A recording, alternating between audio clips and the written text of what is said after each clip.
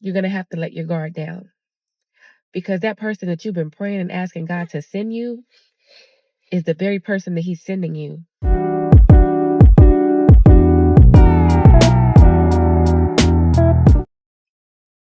Hey family, welcome back to Transcend with Ebony. It's Ebony here dropping by with another quick message. Welcome back everyone. If this happens to be your first time here, welcome to the family. If you happen to be listening in on the podcast, welcome to another episode. I just have a quick message for someone this morning. The person who this message is for, God recently brought someone new into your life or situation, and you can sense that this person was God sent, but in efforts to protect yourself from potentially being hurt again, you may be blocking them out in certain ways. For this particular person, you're going to have to let your guard down, because that very person that you've been asking God to send, you've been praying and asking God to send you this person, everything that you've dreamed of, everything that you've ever looked for, everything that you desire in a person, the person that you actually need, not just the person that you want. And God has heard your prayers. God has heard as your heart has cried out to him for so long, and praying and asking and hoping and wishing for this person. God is bringing this person into your life. But if you're not careful, you will self-sabotage the entire situation. And what you think you're doing is subconsciously, you may not even be thinking about it. You may not even see it for what it is, but subconsciously, you're rejecting that person because you've been rejected for so long. You've been rejected by the wrong people for so long that now that right person has come into your life, subconsciously you have this wall up. Subconsciously you are rejecting them, and that is not fair to that person.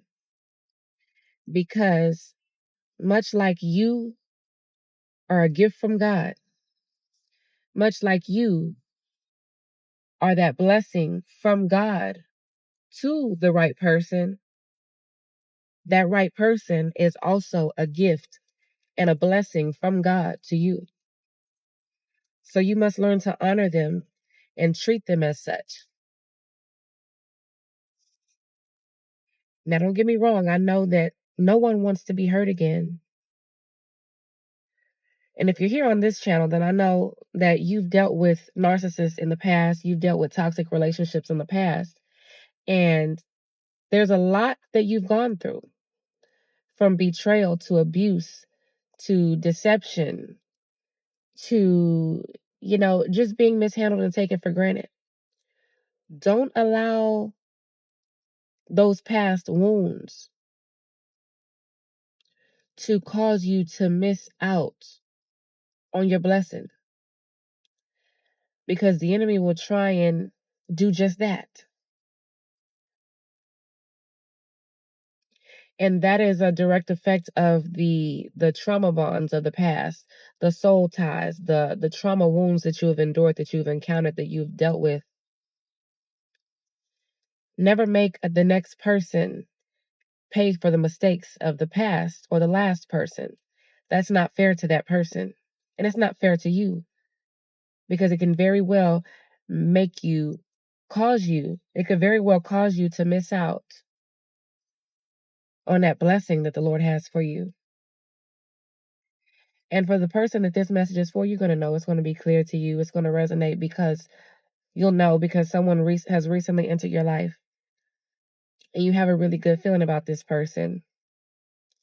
And you may have even had to take a step back to go within and really reflect on what's really been going on. This person has been in your life not very long. Maybe this is a person that you came across in the past and the time wasn't right then. So you just blew things off like, well, let me just get in my purpose. Let me just work in my purpose. Let me do the things that the Lord has called me to do. And, what's for me is going to be for me. And God recently brought this person back in your life. And all of a sudden, you started realizing that all the puzzle pieces fit. But at the same time, you had this wall up so high. You had this guard up so high. Subconsciously, you weren't even aware of it, honestly. But subconsciously, you had this guard up in efforts to protect yourself.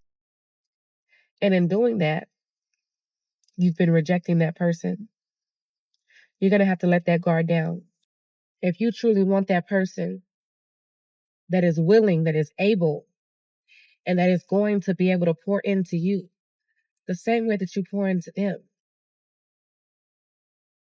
you can't be afraid to pour into them because you were so used to pouring into an empty cup in the past. You can't try and avoid pouring into this person because you were so used to pouring in to a cup that had a hole at the bottom of it.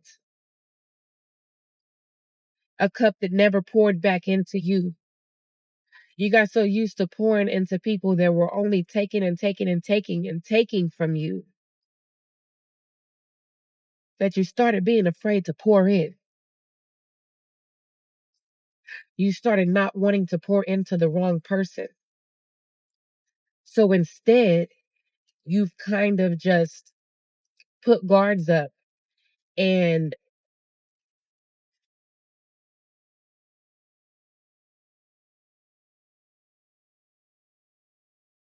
it's almost as if you just feel like, okay, I'm just going to sit back and watch and see how things happen and see how things unfold.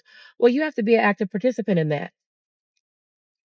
You can't just be silent. You can't just sit back and watch. You have to actually be a part of this. And it's one thing that I learned a long time ago.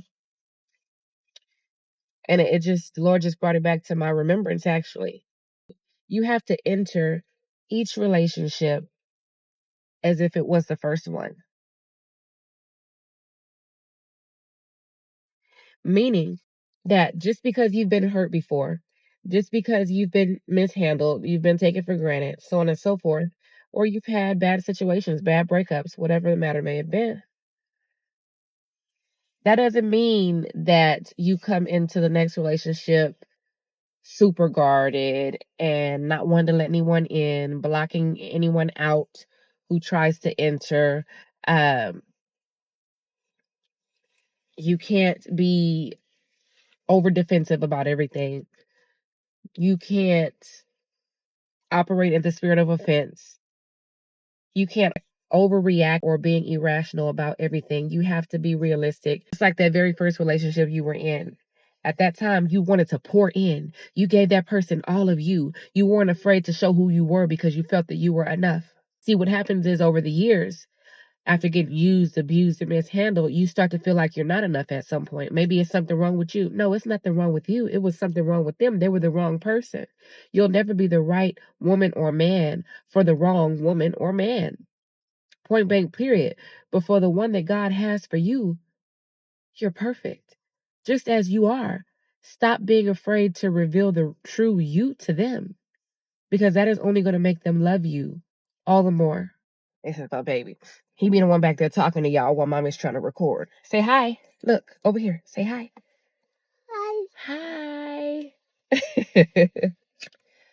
But anyhow, you don't want to miss out on your blessing because you're doing what you think is protecting you. In reality, God is protecting you. So it doesn't matter who you encounter. It doesn't matter what happens. What's for you is going to be for you. Don't self-sabotage it. Don't sabotage the very blessing that God has for you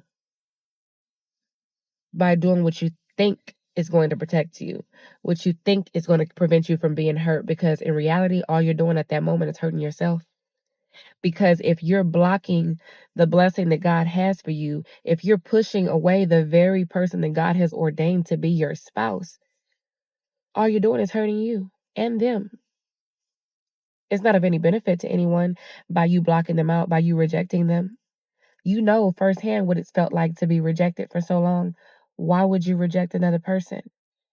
And for you, you haven't been doing this intentionally. You've been doing this subconsciously. And that's why the Lord has put me here today to bring this to your attention.